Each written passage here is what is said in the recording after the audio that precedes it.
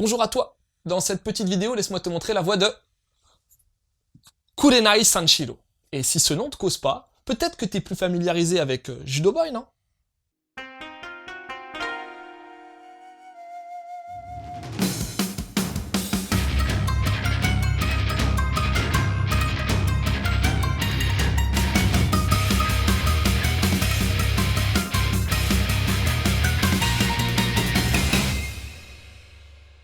Kurenai Sanshiro.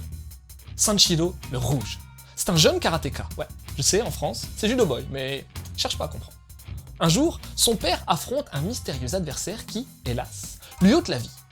Bon, le père arrive quand même à arracher l'œil de verre de son adversaire. Sanshiro ne va plus alors avoir qu'une seule idée en tête, redorer l'honneur de son école de karaté et tuer le meurtrier de son père.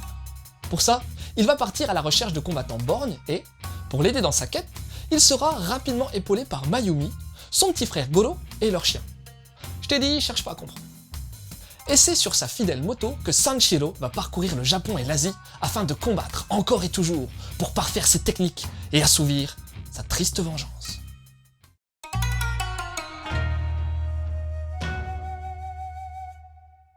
Ce manga date de la fin des années 60 et, comme tu t'en doutes, ça se sent. Le trait est super vintage avec tous les codes graphiques du Gekiga de l'époque. Des dessins denses et réalistes, un fort ancrage, bien contrasté, et un gros travail sur les ombres des décors. Ça donne tout de suite un style sombre et classique au manga. Les traits de mouvement sont assez présents, mais ne gâchent en rien l'action, au contraire, car les mouvements de karaté et autres muay thai sont assez difficiles à être représentés. Les poses font plutôt statique sinon. Je t'en ai pas encore parlé, mais il y a deux dessinateurs sur ce titre, Kuri Ippei et Yoshida Tatsuo. Et même si j'y reviendrai plus tard, on sent la différence entre les deux, notamment sur la mise en mouvement, que je trouve plus réussie, c'est Yoshida Tatsuo.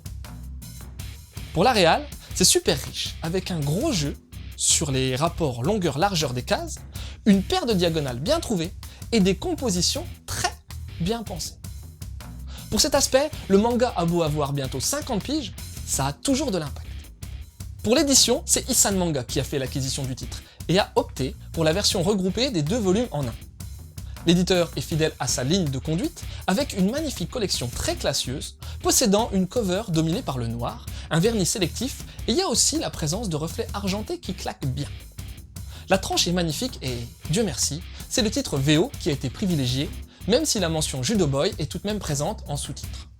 Le papier est mat et de bonne qualité et t'as, comme toujours chez Issan Manga, un signet. Tu sais, c'est la petite bande de tissu qui sert à marquer les pages.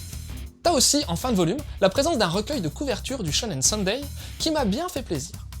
Allez, je donnerai tout de même un défaut, c'est que, en fait, les doigts marquent fortement la couverture noire et ça fait un peu bouquin tripoté par des mains dégueu. Pas top. Ou alors, c'est peut-être moi qui ai les mains dégueulasses.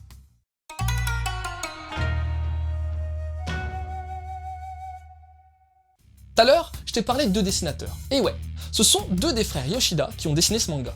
Yoshida Tatsuo et Kuri Ippei. Cherche pas, c'est un pseudo. Si tu les connais pas, eux et leur troisième brother, sache qu'ils sont à l'origine du studio Tatsunoko, un studio d'animation culte qui a produit entre autres Gatchaman, Mac Gogogo, Time Bokan, j'en passe et des meilleurs. Bref, ce sont des gros noms de l'animation et ils réalisaient également une paire de mangas à l'époque, dont Kurenai Sanshiro. En France, on a découvert Sanshiro dans la série animée Judo Boy, que j'ai bien kiffé étant gosse. Mais le manga, il donne quoi? J'avais un peu peur, car ça date quand même pas mal, et je sais que le scénar de Kurenai Sanshiro est pas exceptionnel. Une quête pour la vengeance d'un père mort au combat, la recherche de borgnes, des combats, des entraînements... Y a rien de vraiment transcendant. Mais au final, c'est pas si mal que ça. Bon, faut faire abstraction des trois gus qui accompagnent Kurenai et qui apportent vraiment rien à l'intrigue. La trame est pas si répétitive que ça, puisque t'as une grosse excursion dans un temple, où les mecs se battent comme des chats, je répète, cherche pas, et t'as ensuite toute une partie sur un mentor champion de kickboxing. Et après ça, le manga prend une autre tournure plus épisodique. C'est le gros défaut de ce titre. Les 250 premières pages sont signées Kuri Ippei et sont bien rythmées avec des personnages assez sympas. Attention, t'attends pas un gros développement psychologique non plus. Après, t'as une petite centaine de pages faites par Yoshida Tatsuo et là, j'ai un peu décroché. Ça se passe hors Japon et ce sont de courts chapitres épisodiques sans réel lien avec un rythme d'enchaînement des actions trop prononcé. À bien y regarder, Kurenai Sanshiro est un des mangas pionniers du neketsu sportif et a apporté une pierre on ne peut plus importante au manga de combat. En plus, la réflexion sur l'intérêt d'une vengeance aveugle est plus profonde qu'il n'y paraît. Et en lien avec ce manga, va déjà regarder à quoi ressemble l'anime Kurenai Sanshiro.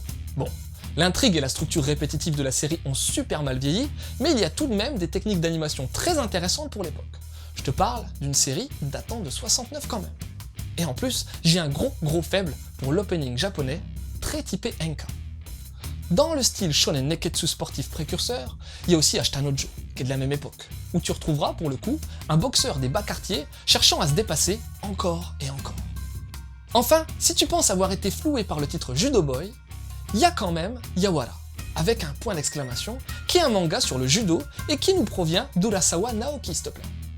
Voilà, c'était Loud, j'espère que cette petite chronique t'aura donné envie de lire Kurenai Sanshiro.